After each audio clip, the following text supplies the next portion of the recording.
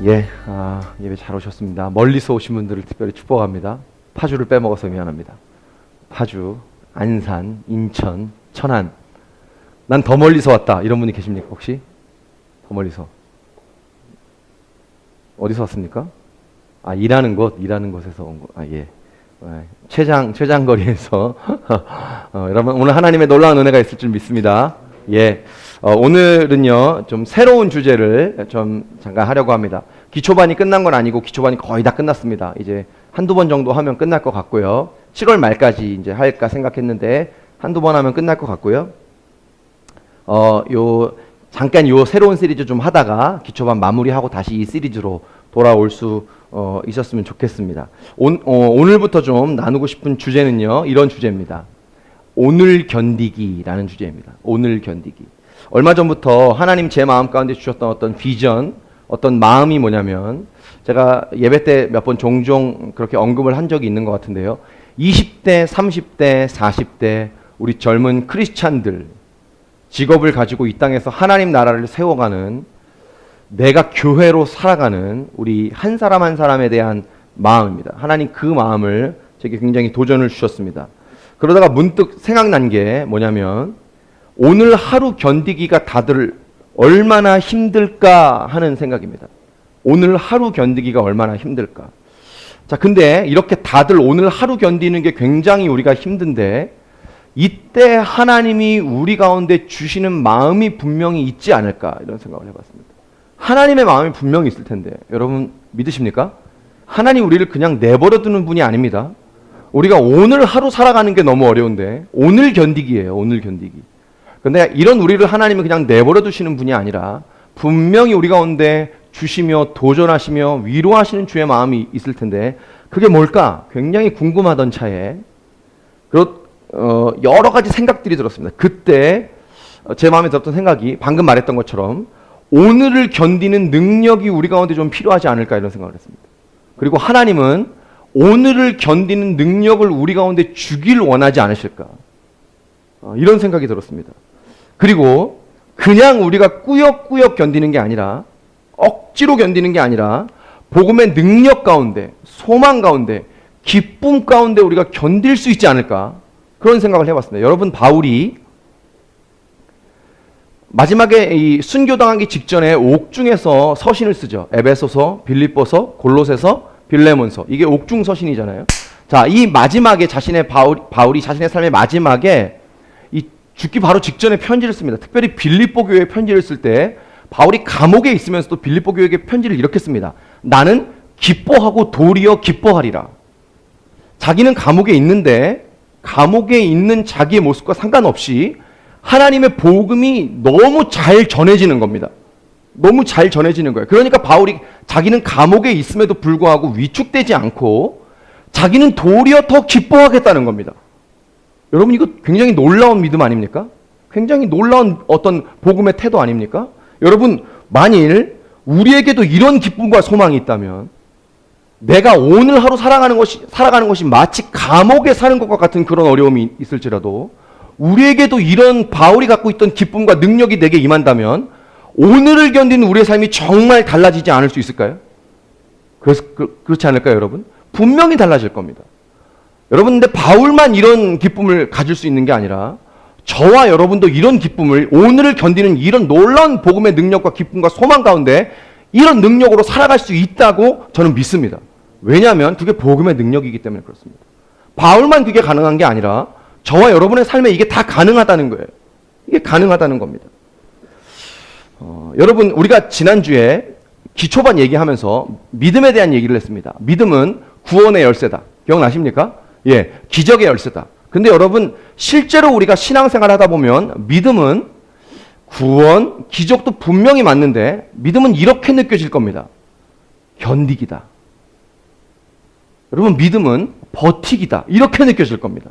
믿음은 견디기입니다, 여러분. 믿음은요, 버티기예요. 내 오늘의 삶을 지키는 겁니다. 내 신앙을 지키는 겁니다. 이게 믿음입니다. 우리가 믿음하면 뭘 이렇게 얻는 거, 내가 뭘 이렇게 필요한 것을 갖는 거, 하나님이 불가능한 일도 역사해 주신다는 걸 믿는 거, 이런 어떤 믿음에 대한 생각이 주로 많은데, 그렇지 않습니다. 여러분 실제로 우리가 삶을 살아가다 보면 가장 필요한 믿음의 포인트가 뭐냐면 견디는 거예요. 견디는 겁니다.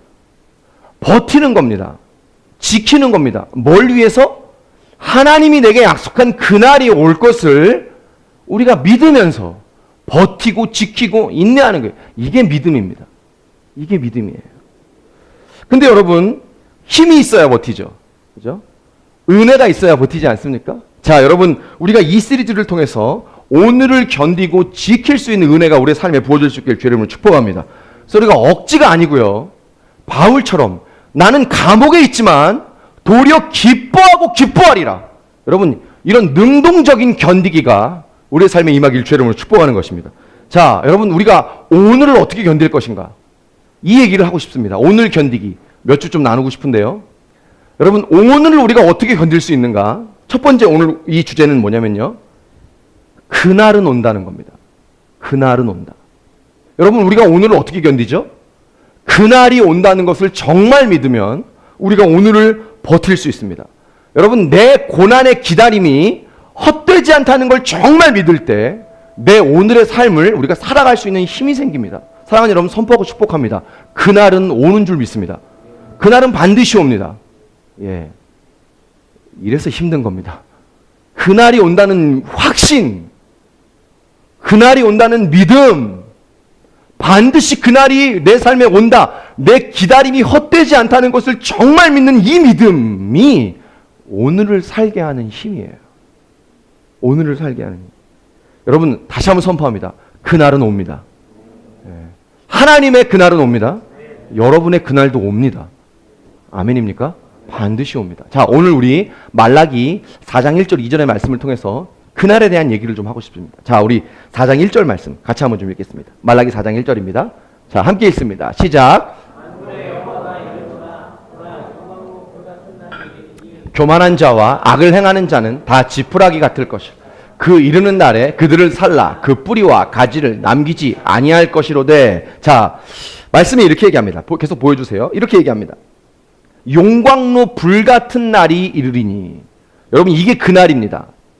그날은 분명히 오는데 오늘 말라기 선지자가 이렇게 말합니다. 용광로 불같은 날이 이른다. 자, 여러분 용광로 불같은 날이 어떤 날일까요? 이날은 심판의 날입니다. 심판의 날. 사실 여러분 성경에 그날, 성경에서 그날은 하나님의 심판이 나타나는 날입니다. 심판이요.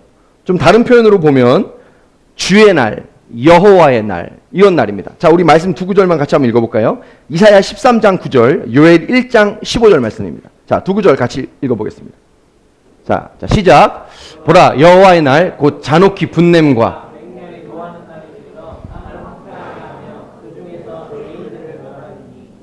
슬프다. 여호와의 날이 가까웠느니 곧 멸망같이 전능자에게로부터. 자, 여호와의 날, 그날은 심판의 날입니다. 여러분 심판의 날이 온다는 겁니다.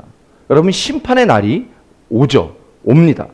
여러분 그날은, 이 심판의 날은 하나님께서 이 땅의 지상에 있는 모든 악과 죄를 다 그 사망의 세력을 심판한 날입니다. 모든 악을 제거하시는 날입니다.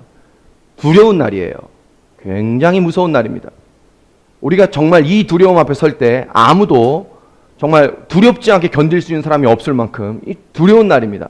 자, 어떤 분들이 이렇게 얘기할 겁니다. 목사님, 우리는 그런 날을 기다리는 건 아닌데요 라고 말씀할지 모르겠습니다. 자, 맞습니다. 자, 들어보세요 여러분. 성경에서요 그날은 두 가지의 의미가 있습니다. 두 가지의 의미. 첫 번째는 어떤 의미가 있냐면 방금 얘기했던 것처럼 하나님이 이 땅의 모든 죄와 악의 권세를 심판하시는 날, 심판의 날입니다. 저지먼트 데이예요. 하나님이 심판하는 날입니다. 이게 첫 번째 의미입니다. 그날에. 두 번째 그날의 의미는 뭐냐면 이겁니다. 동시에 그 심판하는 날은 예수 믿는 자들, 하나님을 바라보는 자들에게는 승리와 구원의 날입니다. 이 두 가지 의미가 같이 있는 겁니다. 심판의 의미도 있지만 그 심판의 날, 예수 믿는 자들에게, 하나님을 믿는 자, 하나님을 바라보는 자들에게는 승리와 구원의 날이 동시에 임하는 겁니다. 동시에. 여러분 그래서 구원과 심판은요 사실 한 가지예요. 같은 겁니다.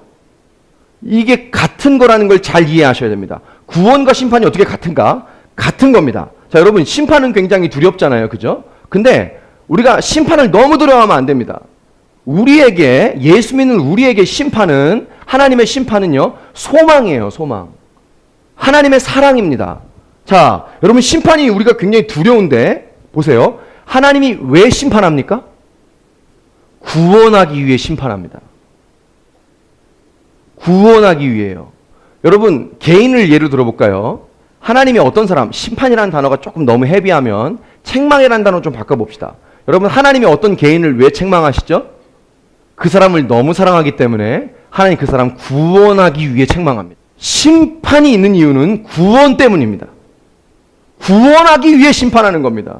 여러분, 하나님이 우리를, 이 땅에 있는 인간들을 얼마나 우리를 사랑하시면 심판을 하나님이 설명하면서까지 인생들을 구원하시기 위해 그 독생자 예수 그리스도를 이 땅에 보내셨겠습니까?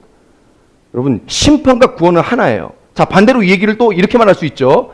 심판이 있기 때문에, 심판이라는 개념이 있기 때문에 구원이라는 개념도 있는 겁니다. 구원이라는 개념이 있기 때문에 심판도 있는 겁니다. 여러분, 세상에 심판만 있다면 구원이라는 단어는 있을 수가 없을 겁니다. 세상에 구원만 있다면 심판이라는 단어는 필요하지 않을 겁니다. 구원과 심판은 동시에 이루어진다는 거예요. 하나예요, 하나. 자, 하나님의 심판이 임하는 그날에, 그러나 예수 믿는 우리에게는 하나님의 구원의 날이, 승리의 날이 임한다고 성경이 우리 가운데 말하는 것입니다. 사랑하는 여러분, 심판의 날이 우리에게 굉장히 두려운데 심판의 날을 너무 두려워하지 않기를 축복합니다. 너무 두려워하지 않기를 축복합니다. 그런 의미가 아닙니다. 심판과 구원은 하나예요, 하나. 여러분, 그날은 심판의 날이지만 예수 믿는 우리에게는 승리와 하나님의 구원의 날이 이루어지는 날인 줄 믿습니다. 자, 오늘 우리가 말라기 4장 1절 2절을 읽었는데요. 좀 설명이 필요한데요. 여러분, 이 사실 말라기 4장 1절은 1절 2절은 이게 말라기 4장은 성경 원문에는 없습니다. 말라기 4장은 성경 원문에는 없어요. 이게 말라기 4장 1절부터 6절이 말라기 이제 4장인데 이거는 3장하고 붙어 있습니다. 예. 3장이 18절까지 있거든요. 4장 1절이라고 우리가 생각하는 거는 사실 3장 19절입니다. 그래서 이게 붙어 있는 거예요. 붙어 있는 겁니다. 자, 이걸 왜 우리가 지금 읽는 이 개역 성경에서 이거를 왜 분류를 했는지, 3장 4장을 왜 그렇게 분류했는지는 저도 잘 모르겠습니다. 자, 근데 본래 성경 원문에는 3장과 4장이 이렇게 붙어 있는 거라는 겁니다. 자, 여러분, 어쨌든 이 4장 1절이 3장하고 붙어 있는 거기 때문에 3장 18절, 3장 제일 마지막 절 18절과 4장 1절은 딱 붙어 있는 의미입니다. 자, 우리 3장 18절의 말씀을 같이 한번 읽어볼까요? 3장 18절. 같이 한번 읽겠습니다. 시작. 그때 너희가 돌아와서 의인과 악인을 분별하고 하나님을 섬기는 자와 섬기지 아니하는 자를 분별하리라. 자, 제가 다시 읽어볼게요. 그때에 너희가 돌아와서 의인과 악인을 분별하고 하나님을 섬기는 자와 섬기지 아니하는 자를 분별하리라 말합니다. 자, 이게 무슨 말이냐면, 여러분 잘 보세요. 자, 번쩍 깨어나야 됩니다. 자, 잘 들어보세요. 여러분, 방금 말라기 4장 1절에 심판의 날이 온다고 그랬죠. 그렇죠? 자, 그 심판의 날 4장 1절과 이 3장 18절은 하나라고 제가 붙어 있는 거라고 제가 말씀드렸죠. 자, 4장 1절에 심판의 날을 얘기하는 겁니다. 그 심판의 날, 그때에는 저 18절을 간단히 추리면 이런 겁니다. 하나님을 섬기는 자들과 하나님을 섬기지 않는 자들의 결말이 너무나 현격히 차이가 난다는 겁니다. 구별된다는 겁니다. 자, 무슨 말인지 이해되시죠? 하나님을 섬기는 자들에게는 어떤 일이 있습니까? 구원의 날인 줄 믿습니다. 그렇죠? 예수 그리스도를 믿지 않는 자들에게는 어떤 일이 있습니까? 심판의 날인 겁니다. 이 두 가지의 현격한 구별이 있다는 겁니다. 그게 더 데이예요. 그게 그날입니다. 자, 그런데 우리가 좀 보고 싶은 건 뭐냐면요. 그날, 그 심판의 날에 그렇게 구별되는 정도가 아니라, 그 정도가 아니라 그 구원의 날에 하나님이 우리에게 베푸시는 일이 뭘까요? 그 구원의 내용이 뭘까요? 이걸 좀 보고 싶은 겁니다. 그날에, 그때에 하나님을 섬기는 자들과 섬기지 않는 자들은 현격한 차이와 분별과 구별이 있을 건데, 그런데 그날, 그 정도 말고 그 구체적으로 우리 가운데 주님이 행하시는 그 구원의 역사가 뭔지, 그 내용이 뭔지 오늘 그거를 좀 보고 싶은 겁니다. 자, 제가 방금 말씀드렸죠. 말라기 3장하고 4장은 사실 붙어 있는 거라고요. 근데 더 구체적으로 말하면요. 3장 13절부터 18절까지 요 대목하고 4장 1절부터 6절까지가 붙어 있는 겁니다. 이게 한 묶음입니다. 3장 13절부터 4장 6절 전체가 이게 붙어 있는 거예요. 자, 우리 요 3장 한 13절, 14절 요 말씀부터 우리가 좀 오늘 보기를 원하는데요. 자, 3장 14절, 15절의 말씀입니다. 자, 우리 큰 목소리로 같이 한번 읽어볼까요? 시작. 이는 너희가 말하기를 하나님을 섬기는 것이 헛되니 만군의 여호와 앞에서 그 명령을 지키며 슬프게 행하는 것이 무엇이 유익하리요? 15절. 지금 우리는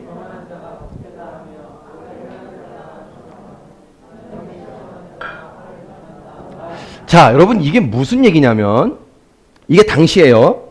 하나님을 섬기는 사람들이 했던 말입니다. 들어보시기 바랍니다. 신앙이 별로 안 좋은 사람들이 아니고 이 3장 14절 15절을 얘기한 사람들이 어떤 사람들이냐면 신앙이 나름 괜찮았던 사람들입니다. 하나님 열심히 섬겼던 사람들이에요. 그 사람들이 이렇게 말하는 겁니다. 제가 좀 의역을 해보겠습니다. 하나님 섬기는 거 헛된 것 같아. 하나님 명령 지키면서 날마다 슬프게 나를 돌아보고 살면 뭐해? 교만한 자들이 더 잘 되고 악인들이 더 잘 되고 우리는 점점 더 어려워져. 신앙을 지키고 믿음을 지키려면 점점 더 어려워지는 것 같아. 여러분,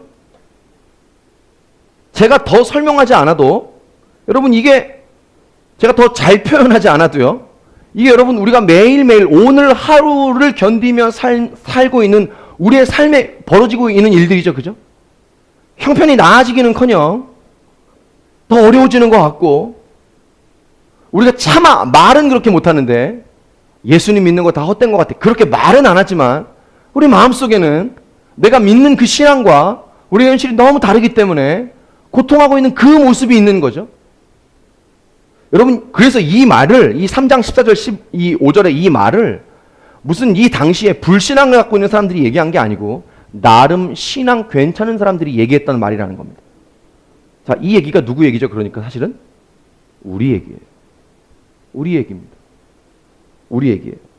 자, 여러분 이 말라기의 시대 얘기를 잠깐 하겠습니다. 말라기 시대는요. 어떤 시대냐면 이스라엘 백성들이 바벨론 포로에서 돌아온 지 약 한 100년 정도 지난 시대입니다. 100년.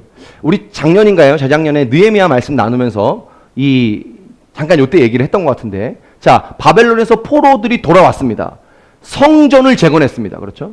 성벽도 재건했습니다. 자, 느헤미야가 와서 신앙도 개혁이 있었습니다. 그렇죠?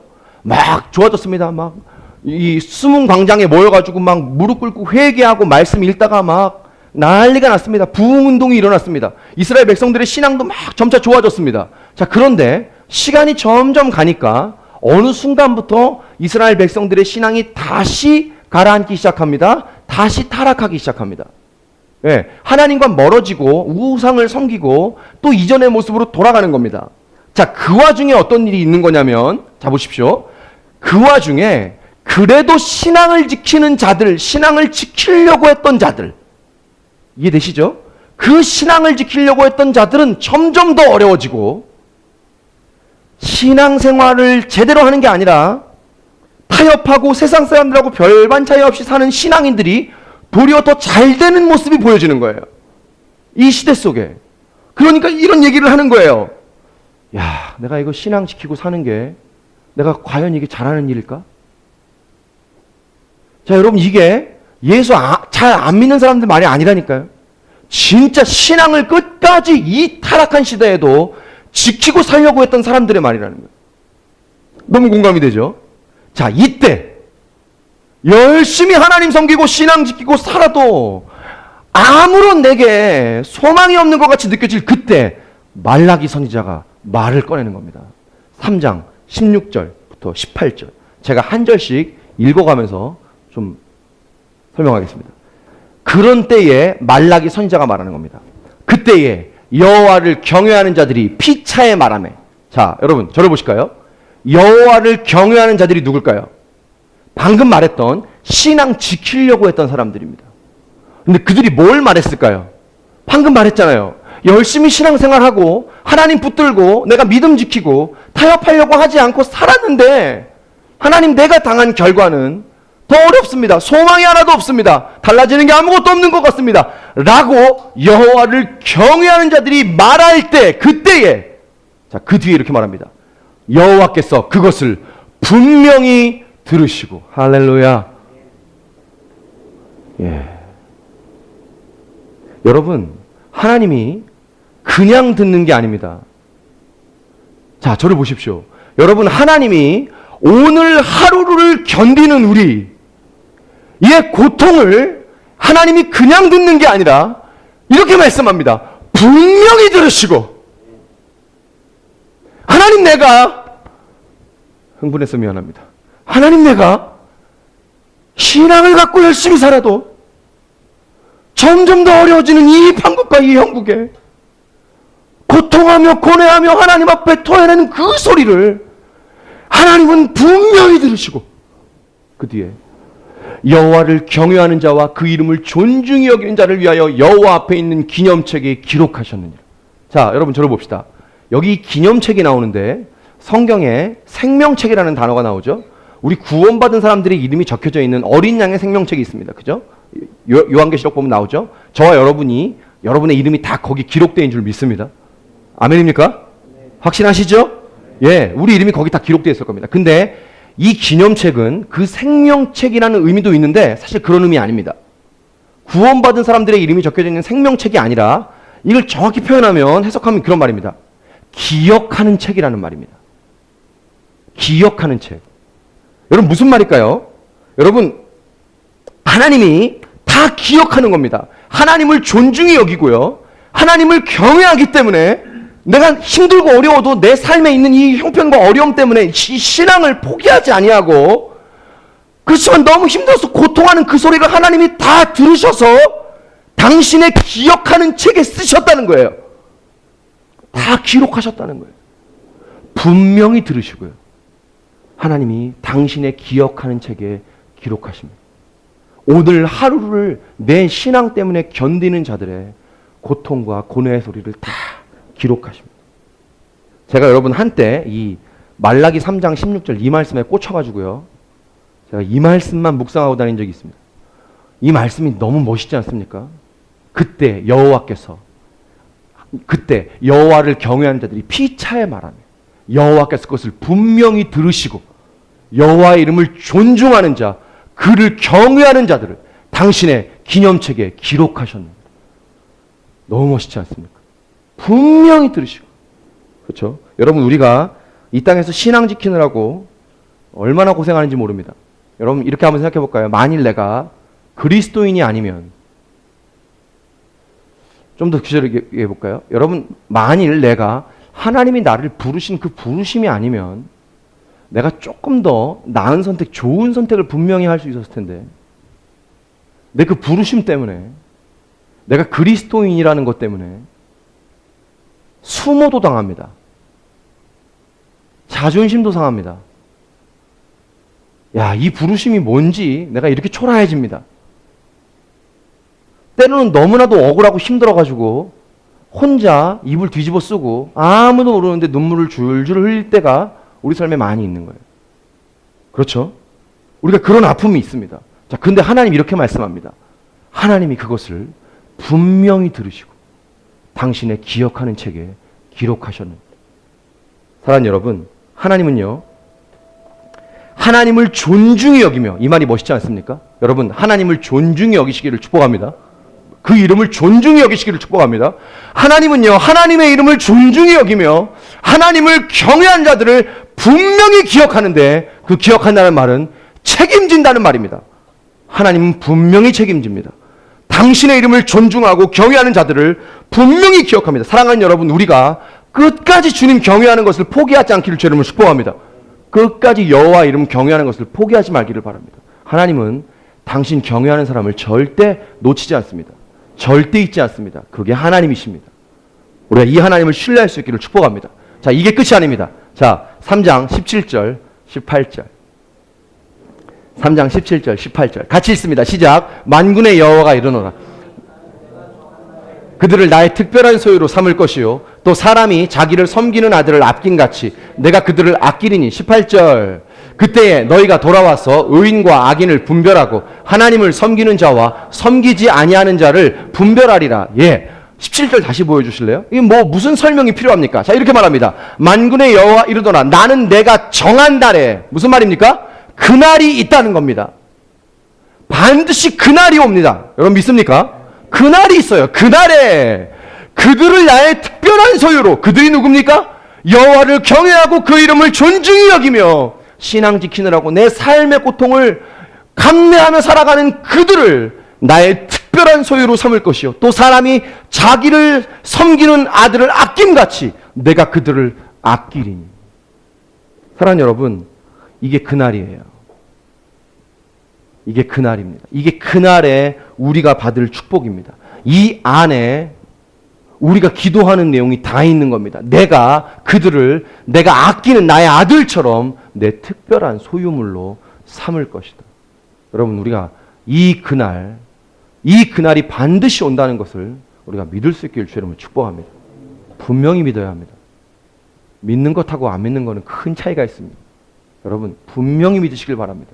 하나님은 분명히 들으시고 분명히 기억하시고 분명히 이런 날을 저와 여러분의 삶에 허락하십니다.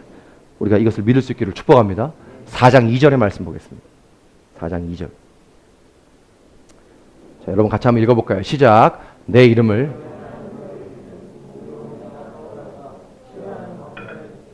너희가 나가서 외양간에서 나온 송아지같이 뛰리라. 자, 두 번째, 그날이 오는데요. 오늘을 견디려면 우리가 그날이 오는 걸 믿어야 되는데, 그날이 어떤 날이냐면 이런 날입니다. 그날은 치유와 회복이 있는 날입니다. 자, 4장 2절도 이렇게 시작합니다. 내 이름을 경외하는 너희에게. 여러분, 하나님은 하나님의 이름을 경외하는 자들에게 이런 역사를 허락합니다. 예. 자, 계속 말씀이 연결되죠. 3장 마지막하고 4장하고 연결되죠. 한 묶음이라는 증거입니다. 여호와를 경외하는 자들에게 이런 복을 주는데 어떤 복이냐면 공의로운 해가 떠올라서 치료하는 광선을 비추리니. 여기까지. 공의로운 해가 떠올라서 치료하는 광선을 비춘답니다. 어떤 날이냐면 치유와 회복의 날이 온다는 겁니다. 사랑하는 여러분, 선포하고 축복합니다. 여러분, 분명히 오는 날이 있는데 내 상처 치유되는 날이 옵니다. 내가 받은 상처. 여러분, 이 사실을 믿습니까? 예. 여러분, 내가 받은 상처 분명히 하나님이 치유하시는 날이 옵니다. 내 연약함 하나님이 가만두지 아니하시고 분명히 만지시고 연약함을 당신의 강함으로 바꾸시는 그날이 분명히 옵니다. 내 두려움이 치유되고요, 내 아픔이 치유되는 그날이 분명히 옵니다. 자, 여기에서 말하는 이 공의로운 해가 떠오른다고 그러는데 이 공의로운 해는요, 사실 예수님을 의미하는 겁니다. 예수님. 제가 말라기를 방금 전에 한번 잠깐 설명해 드렸는데, 자, 이스라엘 백성들이 바벨론 포로에서 돌아와가지고요, 성전도 재건했습니다. 성벽도 재건했습니다. 신앙도 좋아졌습니다. 근데 신앙이 다시 타락하고 하나님을 떠나기 시작했다고 제가 말씀을 드렸죠. 자, 이때요, 하나님이 이들을, 범죄했던 이들을, 우상숭배했던 이들을 바벨론에 보내셨다가 다시 돌아오게 하셔서 성전도 재건하고 성벽도 재건하고 신앙도 회복해 주시는 복을 주셨는데, 이들이 하나님을 또 떠나니까 하나님이 400년간 이스라엘 백성에게 나타나질 않습니다. 하나님의 계시가 끊긴 시대, 암흑 시대가 말라기에서부터 시작이 됩니다. 400년 동안 하나님이 나타나질 않아요. 여러분 생각해 보세요. 끔찍하지 않습니까? 아무리 기도를 해도 하나님이 만나주질 않는다는 겁니다. 이런 날이 우리 삶에 오지 않기를 축복합니다. 예, 엄청난 날이죠. 굉장히 두려운 날입니다. 자, 그런데 하나님 나타나지 않았는데 400년 동안 계시도 없고 나타나지도 않았는데, 그런데 그 어둠의 시대를 깨고, 자, 구약이 말라기로 끝나는 거죠. 자, 그리고 뭐가 시작됩니까? 신약이 시작됩니다. 자, 복음서가 시작됩니다. 그리고 그 신약에 누가 나타나십니까? 예수 그리스도가 나타나십니다. 그분이 공의로운 해예요. 그분이 공의로운 해. 어둠의 시대를 깨고요, 깜깜한 시대를 깨고요, 공의로운 해가 떠올라서, 진짜 태양이 떠올라서 하나님의 계시가, 하나님이 임하지 않았던 이 어둠의 400년의 깜깜한 시대를 이 공의로운 해가 비추기 시작하는 겁니다. 어둠을 비추기 시작하는 겁니다. 그리고 400년 동안 그 어둠 가운데 고통했던 자들을 어떻게 하는 겁니까? 치료하시는 겁니다. 치료하시는 겁니다. 치유하시는 겁니다. 사랑하는 여러분, 우리가요 이미 예수님을 믿습니다. 우리가 다 예수님 믿습니다. 아멘. 다 우리가 예수님 믿는데요, 우리가 그냥 예수님 믿고 끝이 아니라 예수님이 내 삶에 더 높이 떠오르셔서요, 내 삶에 있는 어둠을 밝히실 뿐만 아니라 내 안에 있는 상처와 연약함과 내 안에 있는 두려움을 고치시고 회복하시는 그 치유와 회복의 날이 반드시 우리 삶에 올 거라고 성경 우리 가운데 말하고 있는 것입니다. 떠오르셔서요. 여러분, 혹시 오늘 말라기와 같이 깜깜한 어둠 같은 시간을 보내고 계신 분이 계세요? 이 400년의 암흑기와 같은 이 시간, 여러분, 하나님이, 아니 예수 그리스도가 그 시간을 깨시고 이 땅에 오신 것처럼 우리의 암흑 같은 시간을 깨시고 우리에게 오셔서 우리를 치유하시고 고치시는 그날이 반드시 올 줄로 믿습니다. 자, 세 번째. 그날은 어떤 날이냐면, 어떤 날이 우리에게 오냐면요, 자유하는 날이, 자유하는 날. 자, 4장 2절의 말씀을 다시 한번 읽겠습니다. 자, 다시 한번 읽어볼까요? 자, 시작. 내 이름을 경외하는 너희에게 공의로운 해가 떠올라서 치료하는 광선을 비추리니 너희가 나가서 외양간에서 나온 송아지같이 뛰리라. 자, 공의로운 해가 떠올라서 치료하는 광선을 비추시고 나니까 그 뒤에 이런 일이 있습니다. 너희가 나가서 외양간에서 나온 송아지같이 뛰리라. 여러분, 외양간에서 나온 송아지가 얼마나 펄쩍펄쩍 뛰겠습니까? 그죠? 자유가 임한다는 겁니다. 기쁨이 임한다는 겁니다. 그렇죠? 여러분, 우리에게 자유가 임하는 그날이 올 줄 믿습니다. 예, 기쁨이 임하는 그날이 오게 될 겁니다. 그렇죠? 자, 근데 우리가 이 말씀을 좀 잘 볼 필요가 있습니다. 자, 송아지가 외양간에 나가서 뛰기 전에 그 앞에 이런 말이 나옵니다. 너희가 나가서요. 여러분, 어디서 나간다는 말일까요? 자, 외양간에서 나온 이 송아지를 생각해 보세요. 상상해 보세요. 이 외양간을 한번 상상해 볼까요? 여러분, 외양간이 어떻습니까? 깜깜합니다. 답답합니다. 송아지가 거기가 성에 차겠습니까? 도망가지 말라고 칭칭 묶여 있을 겁니다. 그죠? 묶여 있을 겁니다. 근데 그걸 풀어놔 주는 거예요. 그 깜깜했던, 답답했던, 묶여 있던 외양간에서 뛰쳐나오는 겁니다. 그렇죠? 풀어지는 겁니다. 풀어지는 거예요. 자유가 임하는 거죠. 그러니까 그 송아지가 얼마나 기쁨으로 팔짝팔짝 뛰겠습니까? 그죠? 여러분, 이런 날이 우리의 삶에도 오게 된다고 말씀하는 겁니다. 펄쩍펄쩍 뛰는 거예요. 그렇죠? 여러분, 공의로운 해가 떠오르고 치료하는 광선이 임하면 우리의 삶에 어떤 일이 있냐면, 우리가 그동안 묶여있던 일이 있습니다. 묶여있는 거예요. 내가 그동안 묶여가지고 이 문제만 만나면, 그 사건만 만나면 내가 아무것도 하질 못하고 꽁꽁 묶여있는 게 있어요. 근데 여러분, 제가 몇 번 말씀드렸죠. 복음은 풀어주는 힘입니다. 갇힌 자, 묶인 자, 포로된 자를 예수 그리스도가 이 땅에 오셔서 자유케 하신 줄 믿습니다. 풀어주는 겁니다. 풀어주는 거예요. 여러분, 공의로운 해, 예수 그리스도가 내 삶에 높이 떠오르시면 내 삶에 묶여있는 것들, 여러분 뭐에 묶여 있으세요? 어떤 어둠이에요? 어떤 두려움이에요? 어떤 연약함입니까? 여러분, 거기에서 풀어져서 자유하고 기쁘게 뛰는 그날이 우리 가운데 온다는 겁니다. 너무 자유하니까 막 팔짝팔짝 뛰는 거 아닙니까? 너무 자유하니까, 너무 기쁘니까요, 뛰기 시작하는 겁니다. 자, 여러분, 이런 날이 분명히 옵니다. 저는 이 날이 분명히 올 줄 믿습니다. 왜냐하면 성경이 그렇게 말하고 있기 때문입니다. 자, 중요한 건 뭐냐면 우리가 믿든 믿지 않든 이 날은 온다는 겁니다. 왜냐? 하나님이 약속하셨기 때문에.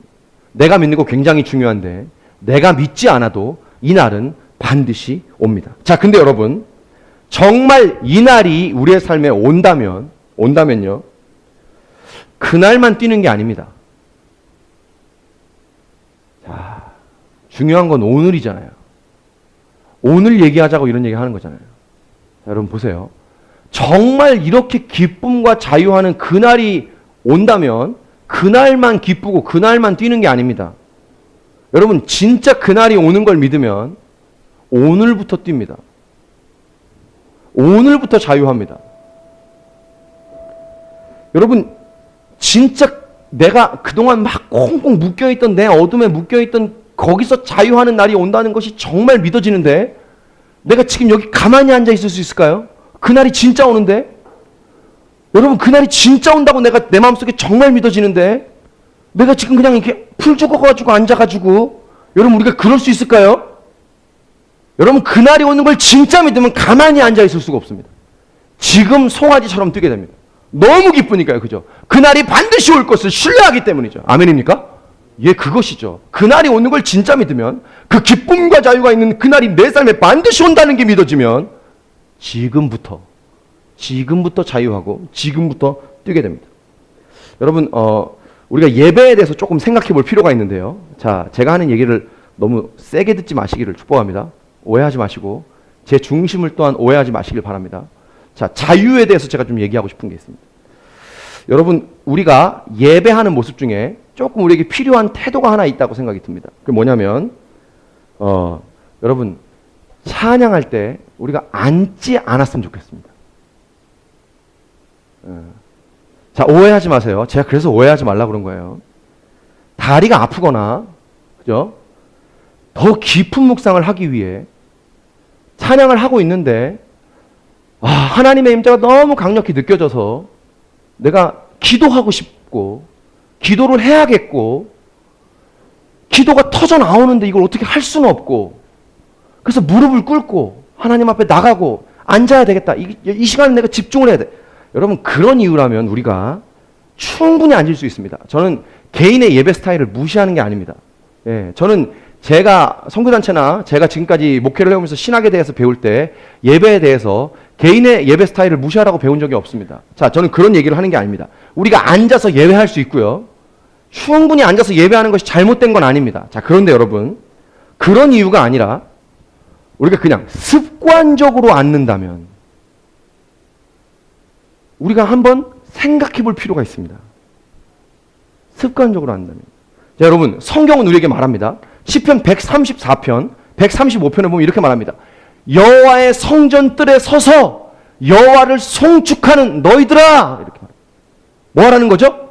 서서 하나님을 송축하고 서서 하나님을 경배하라는 얘기입니다. 여러분, 선다는 건 이런 의미죠. 오늘 우리가 계속 그 단어를 얘기하고 있는데 존경한다는 겁니다. 경외한다는 겁니다. 여러분, 지금 우리가 지금 그럴 일은 없겠지만 우리가 다 앉아 있는데 갑자기 문을 딱 열고 대통령이 들어온다고 생각해 보세요. 그러면 누가 그럴 겁니다. 대통령 각하 입장합니다. 일동, 기립 다 일어납니다. 그 왜 그렇죠? 대통령에 대한 존경과 예우입니다. 예우죠. 여러분, 그런 겁니다. 여러분, 우리가 이 예배에 은혜 받으러 오는 사람이기 이전에 우리가 하나님을 예배하는 예배자일 뿐만 아니라 경배하는 경배자일 뿐만 아니라 우리가 하나님을 경외하는 사람이라는 것을 잊지 말아야 합니다. 축복합니다. 우리가 그것을 잊지 말아야 됩니다. 여러분, 성경은요, 우리에게 일어나서 기쁘게 춤을 추면서 박수 치면서 하나님을 예배하라고 말합니다. 여러분, 사실 이게 오늘을 견디는 힘입니다. 박수 치면서 예배하면서 하나님을 기쁘게 즐거워하라고 말합니다. 근데 그렇다고 제가 여러분에게 춤까지 추라고 그렇게 얘기하겠습니까? 춤까지 추라는 의미는 아니겠죠. 여러분, 그게 아니라 기쁨으로 박수하며 하나님을 예배할 수 있다고 말하는 거예요. 여러분, 예배는 우리 개인의 스타일로 드리는 게 아니라 성경에서 우리 가운데 말씀하는 대로 하는 것입니다. 그렇죠? 우리가 하나님을 경외하기 때문에. 자, 오해하지 마시길 바랍니다. 제가 여러분의 예배의 어떤 스타일을 묶는 게 아닙니다. 이렇게 예배하세요. 일어나세요. 다 박수 치세요. 힘 하나도 없는데 제가 여러분을 제한하는 게 아니라 자유할 필요가 있습니다. 기뻐하고 하나님을 누리고 즐거워하고 오늘 내 문제와 상관없이 내 삶에 역사하시는 그 하나님, 반드시 그날을 내게 주실 그 하나님을 우리가 기뻐하며 예배할 필요가 있습니다. 여러분, 그날이 오는 걸 정말 우리가 믿는다면 우리가 어떻게 가만히 앉아서 예배를 드릴 수 있습니까? 정말 하나님 내 삶에 약속하신 그날이 오고 내 삶에 묶여있는 것들이 풀리고 하나님의 약속이 성취되는 그날이 오는 것을 정말 내가 믿는 믿음으로 우리가 예배자의 자리에 앉아있는데 우리가 어떻게 가만히 앉아서 예배할 수 있을까요? 너무 기쁠 겁니다. 그렇죠? 방방 뛸 겁니다. 제가 종종 이 앞에서 찬양 인도할 때 펄쩍펄쩍 뛰죠, 여러분. 여러분 보라고 하는 게 아닙니다. 너무 기쁘기 때문입니다. 기쁨으로 그렇게 표현하지 않으면 더 이상 어떻게 표현할 수가 없죠. 기타 메고 있는데 뭐 어떻게 표현합니까? 뛰는 것밖에는 방법이 없는 겁니다. 여러분, 이게 자유입니다.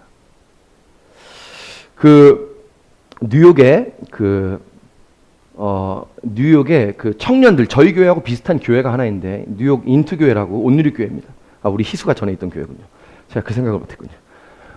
그 교회에 저희가 이 교회 개척되기 전에 미국에 집회하러 갔을 때 제일 마지막에 집회했던 장소입니다. 그 교회 담당하시는 목사님이 마크 초이 목사님, 온누리교회에서 영어 예배를 담당하셨던 목사님이 뉴욕에다 청년들을 위한 교회를 이제 개척을 하셔서 거기서 이제 목회를 하고 계시죠. 근데 이 목사님이 온누리교회 뉴욕에 가기 전에 영어 예배를 섬기셨거든요. 제가 기억이 납니다. 서빙고 영어 예배도 계셨었던 것 같고 계시는데 이 영어 예배가 이제 시간이 몇 시냐면 4시인가 5시인가 그래요. 이 마크 초이 목사님이 이 본문 말라기 4장 1절부터 6절의 말씀을 가지고 설교하신 내용을 제가 한번 들은 적이 있어서 그게 기억이 납니다. 목사님이 영어 예배가 4시인가 5시인데 이 본문 말라기 4장 1절부터 6절 이 본문을 가지고 설교할 때 영화 여러분 브레이브 하트 아시죠? 너무 옛날 영화라 모르나요? 브레이브 하트 멜 깁슨이 나왔던 이렇게 처형당하기 전에 프리덤 하던 그 영화 기억나세요? 기억나십니까? 예, 이거 알면 연식이 좀 된 거죠, 그죠? 자, 프리덤 그 자유가 너무 생각나서 이 송아지가 외양간에서 나온 송아지처럼 뛰리라 이 얘기를 하고 싶어서 브레이브 하트 그 부분을 설명하시는 거예요. 프리덤! 여러분 우리가 자유로 하나님을 예배합시다. 프리덤! 근데 그날 공교롭게 당시 담임 목사님이셨던 하영조 목사님이 예배에 올라오신 거예요. 보통 이제 영어 예배는 5시 이때이기 때문에 목사님이 올라오실 일이 없는데 올라오신 거예요. 그리고 그날 설교를 다 경청해서 들으신 거예요. 근데 뭐 어떻게 해요? 준비한 거 해야지. 프리덤! 한 거예요. 야, 담임 목사 앞에서 그거 하는 거 진짜 쉽지 않습니다, 여러분. 했어요. 아니나 다를까 예배 끝나고 비서실에서 전화가 왔습니다. 내려와. 마크초이 목사님이 나 죽었다. 이거 어떡하냐 이거. 끝났다. 어떻게 이미 했는데 내려갔답니다. 딱 내려가서 비서실 문을 딱 열고 들어가는데 하영조 목사님이 이렇게 말씀하셨답니다. 너무 잘했어. 당신 그 설교 일부 예배 와서 좀 해. 당신처럼 온누리교회 강단에서 프리덤, 자유를 선포하고 외친 목회자가 한 명도 없었어. 일부 예배 때 누가 오시냐면 보통요. 일부 예배는요. 중직자들이 와요. 장로님들, 집사님들. 거기는 이게 아무래도 좀 무겁죠. 예, 조금 가라앉아 있죠. 거기 와서 그 설교를 하라는 겁니다. 프리덤! 이거. 너무 잘했다고. 혼날 것 같아가지고 쫄아가지고 내려갔는데 너무 잘했다고. 그러면서 이렇게 말했다는 거예요. 교회는 자유가 선포되는 곳이어야 한다는 거예요. 할렐루야. 자유를 경험하고 가는 게 교회라는 거라는 거예요. 그동안 내가 일주일의 삶에 오늘 하루에 묶여있던 내 삶에 있던 모든 묶임이 예수 그리스도 이름으로 다 끊어지고 모든 고통이 다 끊어지고 프리덤! 이걸 외치고 가는 거예요. 이렇게 외치는 사람이 있었을까요? 여러분 우리가 이렇게 외치고 자유함 가운데 우리의 삶으로 오늘 하루로 돌아갈 수 있길 주의 이름으로 축복합니다. 여러분 이게 자유예요. 이게 자유예요. 여러분 그날이 진짜 옵니다. 그날이 진짜 오는 걸 믿으면 우리가 자유해요. 자유해. 프리덤. 너무 기쁜 거예요. 가만히 있을 수가 없는 거예요. 가만히 앉아서 예배 드릴 수가 없는 거예요. 미안합니다. 이게 아니고 오 하나님 반드시 그날이 올 것을 믿고 오늘 내가 너무 자유한 겁니다. 여러분 우리가 이렇게 하나님 앞에 나갈 수 있길 주의 이름으로 축복합니다. 예, 여러분 우리 로마서 8장 18절 말씀을 같이 한번 볼까요? 로마서 8장 18절. 자, 같이 한번 읽겠습니다. 시작. 생각하건대 좋기 자, 한 번 더 읽겠습니다. 시작. 생각하건대 현재의 고난은 장차 우리에게 나타날 영광과 비교할 수 없도다. 자, 계속 보여주세요. 여러분 우리가 이 말씀을 어떻게 이해하냐면 이렇게 이해합니다. 이 말씀뿐만 아니라 보통 우리가 신앙생활할 때 하나님을 우리가 어떻게 이해하냐면요. 잘 보세요. 쭉 어렵다가 마지막에 한번 하나님이 역전하셔서 은혜를 한번 주신다. 우리가 이 말씀을 그렇게 대부분 이해합니다. 생각하건대 현재의 고난은 장차 우리에게 나타날 영광과 비교할 수 없도다. 계속 어렵다가 하나님이 마지막에 한번 좀 풀어주시지 않을까? 여러분 바울은 그런 의도로 이 말씀을 쓴 게 아닙니다. 여러분, 하나님은 그런 분이 아니에요. 자, 이거 무슨 말이냐면 이런 말입니다. 바울이 이렇게 말하고 싶은 겁니다. 지금 현재 저와 여러분이 당하고 있는 그 고난이 아무리 크다 할지라도 하나님이 장차 우리에게 주시는 영광은 지금 내가 겪고 있는 이 고난을 다 덮고도 남을 만큼 너무나도 큰 하나님의 영광이 우리 가운데 준비되어 있다는 얘기입니다. 아멘입니까? 그냥 우리가 이해하는 것처럼 쭉 어렵다가 야야 그날 와 야 견뎌 그날 와 이런 의미가 아니라 쭉 어렵다가 마지막에 한 번, 제가 그런 표현을 써서 그런가요?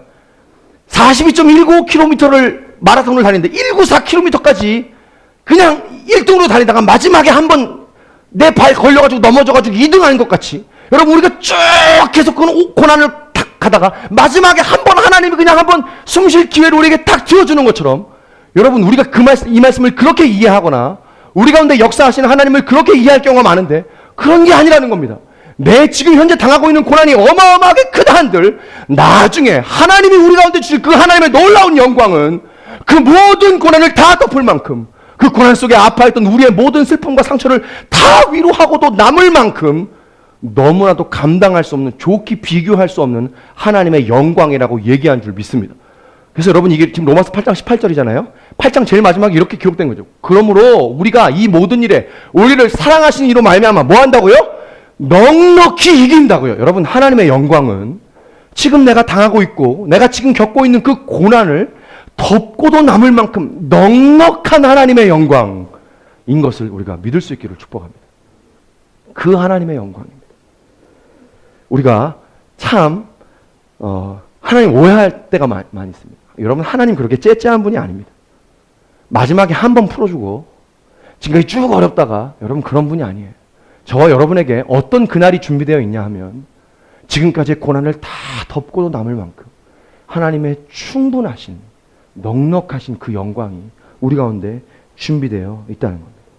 예.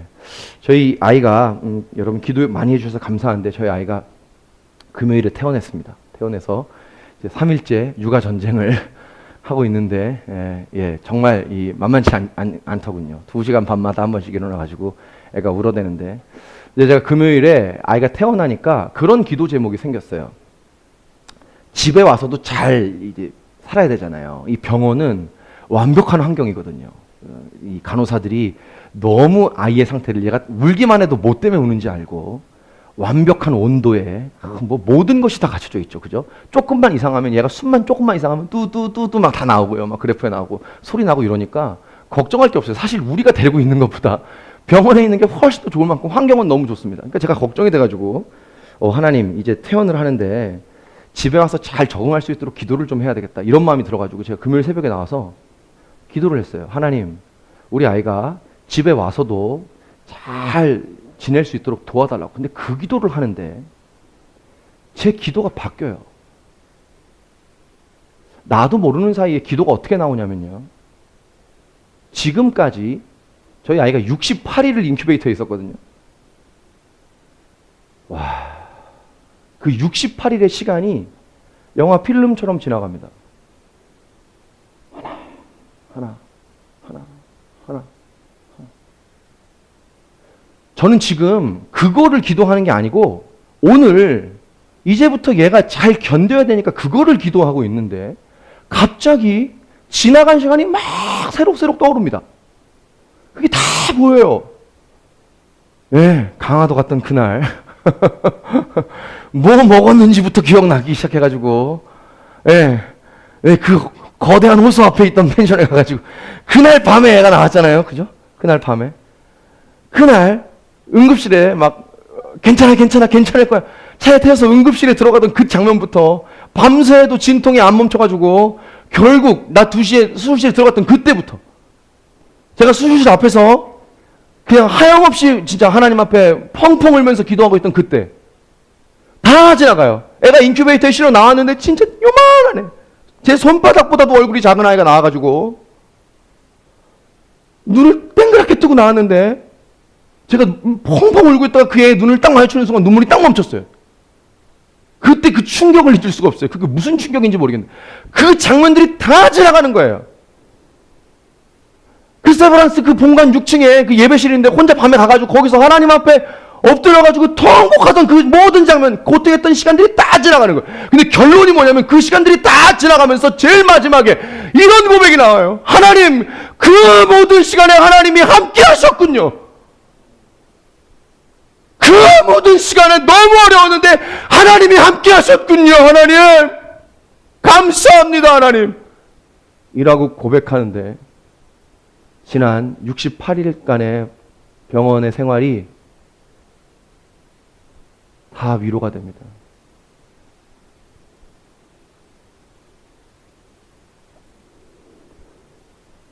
다 지워집니다.